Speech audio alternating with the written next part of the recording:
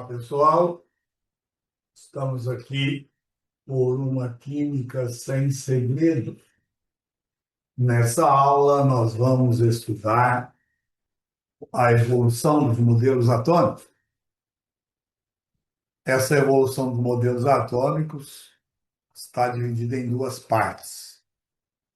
A primeira parte vai até o modelo de Thomson e a segunda parte é com o modelo de Rutherford e o Rutherford-Bohr. Ok? Então, vamos lá? A ideia de átomo, ela surgiu há 400 anos antes de Cristo, né? Lá na Grécia Antiga, né? Dois filósofos gregos, chamado Leucipo e Demócrito, é que imaginou, né, a ideia de átomo. Por que imaginou? Porque não existia dados experimentais. A ideia era baseada simplesmente em pensamento, raciocínio que eles tinham, né? Então, o que que eles pensaram? Indo dividindo a matéria. Vai dividindo, dividindo, dividindo, dividindo, vai chegar um momento que não dá mais para ser dividido. Aí ele chamou essa partícula de átomo, justamente porque em grego átomo significa indivisível. Ok? Segundo Leucipo e Demócrito, o átomo era o quê? Maciço, indivisível, eterno, imutável. Ou seja, não tem jeito de eu mudar o átomo, né? E entre eles existiam espaços vazios, ok? As propriedades da matéria, ela dependia da forma e do arranjo desses átomos. Esse modelo ele foi contestado, né, por Aristóteles, que era um dos filósofos bastante influentes da época, né? Aristóteles rejeitou as ideias de Leucipo e Demócrito, que seria o modelo de átomos indivisíveis, espaço vazio. O que que ele propôs? O que que ele defendia? Então, segundo ele, a natureza não admitia esses espaços vazios. Então, ele defendia o seguinte, que toda a matéria era composta por quatro elementos: a água, a terra, o fogo e o ar. Aí combinados em diferentes proporções. Predominava, por exemplo, poderia estar predominando a água, predominando a terra, ou predominando o fogo, ou predominando o ar. Olha aqui nesse diagrama, ó. Se o objeto, se a matéria, na formação dessa matéria, predominasse o fogo, aí ele seria quente e seco. Se predominasse a terra, seria seco e frio. Se predominasse a água, seria frio e úmido. E o ar seria úmido e quente. Essa era a concepção de Aristóteles da época, certo? O modelo atômico ele ficou sem modificação nenhuma por mais de 2000 anos. Só em 1808 apareceu Dalton. E aí ele criou um modelo. O que levou Dalton a criar esse modelo? Na época, nós tínhamos as leis de Lavoisier, as leis de Proust, leis ponderais, leis que estabeleciam relações entre massas. Então, ele criou esse modelo justamente para isso, né? Para explicar os diferentes estados físicos da matéria, né? É, o comportamento químico das substâncias, tá? Então, o que que Dalton propôs? Então, os postulados dele, a teoria atômica de Dalton, segundo ele, toda a matéria era formada por pequenas partículas maciças e indivisíveis, que eram os átomos. Os átomos eram elementos químicos, os átomos do mesmo elemento químico possuem a mesma massa e o mesmo comportamento químico. Eles pesavam mesmo tanto e reagiam do mesmo jeito, né? E se eles fossem diferentes, as massas seriam diferentes, o comportamento químico também seria diferente. Os átomos eles combinavam entre si para formar os compostos, que ele chamava de átomo composto. Na época de Dalton não existia o conceito de molécula. Era átomo simples e átomo composto. Átomos simples combinavam entre si, formando os átomos compostos. Os átomos compostos separavam, originando os átomos simples, certo? Então, a reação na época era isso. Os átomos combinavam entre si para formar os átomos compostos. No caso, então, a reação química, quando acontecia a reação, essa reação era simplesmente um rearranjo desses átomos. Tá? Ou seja, era a união ou a separação deles. Ok? Vamos lá. É, Lógico que existem os átomos diferentes, então Dalton criou os símbolos, né, para esses átomos. Está aí, né, os símbolos químicos da época de Dalton.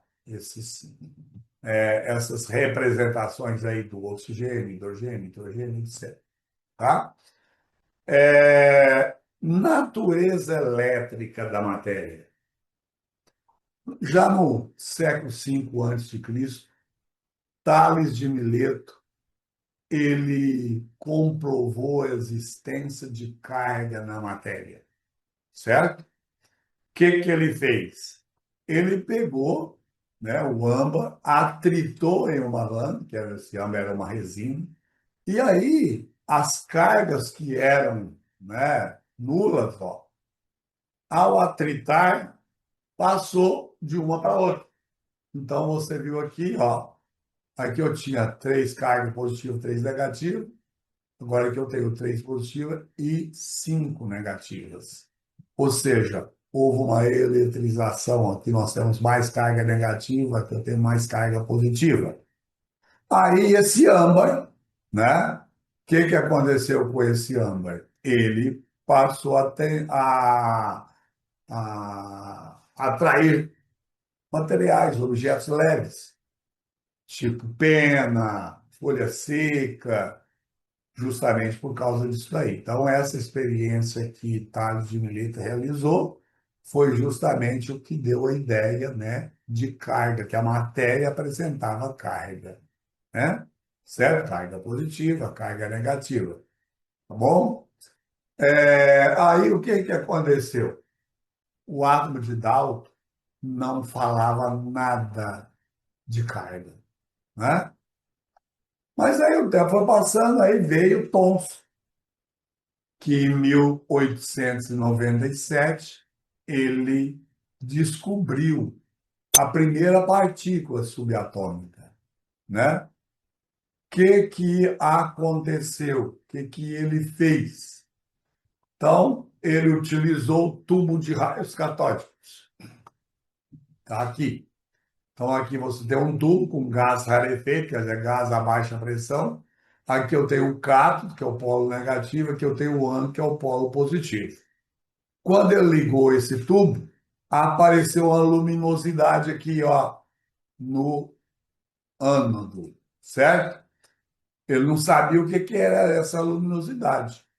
Como essa luminosidade vinha do cátodo, ele chamou isso aqui de raios catódicos, certo?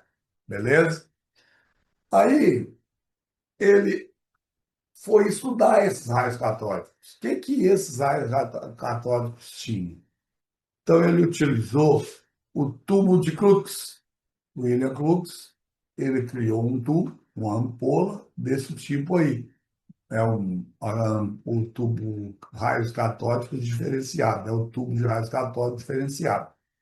Então, agora o cátodo está aqui e o ânodo está aqui embaixo, né? O que aconteceu? Vamos lá? Olha aqui, a simulação, olha. O cátodo emitiu os raios catódicos. Raios catódicos, apareceu a luminosidade aqui, ó. Tá vendo? Olha lá, a luminosidade. Então, o que levou à conclusão? Que os raios catódicos propagam-se em linha reta. Eles não conseguiram desviar desse obstáculo. Apareceu a sombra dele aqui. Então, os raios catódicos propagam-se em linha reta. Outro experimento. Isso aqui é um molinete, tipo um catavento. Todo mundo já brincou de catavento, né? Então, ele percebeu que quando os raios catódicos batiam nesse molinete, ele movimentava, ele girava. Ora, então, se ele girava, é porque os raios catódicos tinham massa. Concorda? Né? Por exemplo, se eu pego um molinete, né, um catavento, coloco aqui, e pego uma lâmpada e jogo um laser, por exemplo, e jogo o raio laser, ele não gira, porque ele não tem massa. Então, os raios catódicos apresentavam massa. Um outro experimento que ele realizou, ele pegou o tubo de fluxo e colocou, né, dois polos, negativo e positivo aqui, tá vendo? E aí o que que ele observou? Que a luminosidade antes que aparecia aqui, ó, ela passou a aparecer aqui, ó. Tá vendo? Então o que que ele concluiu? Que os raios catódicos, eles foram atraídos pelo polo positivo, certo? Então, ele chegou à conclusão que ele tinha carga negativa, cargas contrárias se atraem. Beleza. Então, nesses experimentos, Thomson chegou à conclusão que os raios catódicos propagam-se em linha reta, os raios catódicos apresentam massa, os raios catódicos apresentam carga negativa, e aí, em 1897, Thomson determinou a relação entre a carga e a massa dos raios catódicos e observou que essa relação era constante, independente do cátodo, né, o material usado no cátodo. Então, independente disso, a relação era a mesma. Então, o que que ele concluiu? Ele concluiu que os raios catódicos estão presentes em qualquer tipo de elemento, em qualquer tipo de átomo. Então, aí ele chamou os raios catódicos de elétrons. Tá? Lá no Amber Electron, lembra? Tá certo? Então, foi assim que se deu a descoberta do elétron. Ok? Aí depois veio a descoberta do próton. Como é que aconteceu a descoberta do próton? A descoberta do próton, ela iniciou, né, com Goldstein. Né? O que que aconteceu? Em 1886, Goldstein pegou um tubo, modificou o tubo de raios catódicos. Coloquei um cátodo perfurado aqui, o ano está aqui. Então, quando ele ligava essa ampola, o que que ele observava? Que aqui dentro gases rarefeitos, certo? Tá? Então, aqui, ó, os gases rarefeitos, as moléculas, os átomos dele. E aí o cátodo emitia raios, né, que seriam os raios catódicos. Esses raios iam, chocavam com as partículas, né? No caso, eu já sabia que nessa época aí, eu já sabia que esses raios catódicos eram os elétrons, né? Que foi descoberto por Thomson. E aí, quando chocava, ele mudava. E aí ele era atraído, tá vendo? Ó? Você tem aqui, olha lá, quer ver? Observa aqui na animação. Vai sair os elétrons, aí chocou com os átomos aqui, ó, em azul mais claro. Nesse chocou com azul mais escuro, que foi atraído pelo cátodo. Ou seja, eles voltaram, né? Eles foram atraídos pelo cátodo e apareceram, atravessavam esses orifícios aqui. Aí ele foi chamado de raios canais, por causa disso, certo? Só que esses raios canais, eles foram analisados por Rutherford.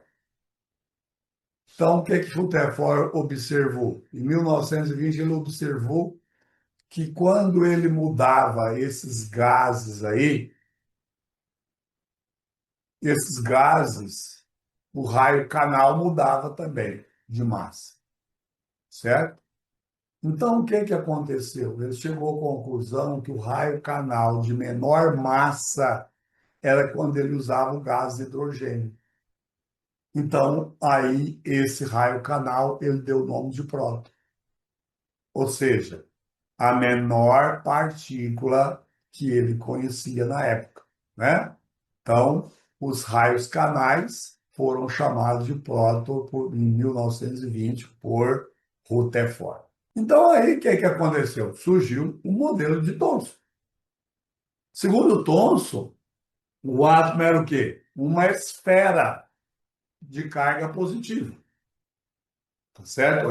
Uma esfera maciça de carga positiva.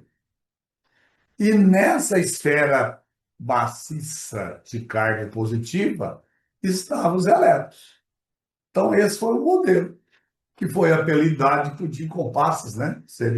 Os elétrons seriam as passas, tá certo? Então, está aí o terceiro modelo. Beleza. Aí nós encerramos a primeira parte da evolução dos modelos atômicos. Gostou dessa aula? Então curte, compartilhe com seus amigos e não se esqueça de inscrever no canal e ativar as notificações. Um grande abraço, fiquem com Deus. Tchau, tchau.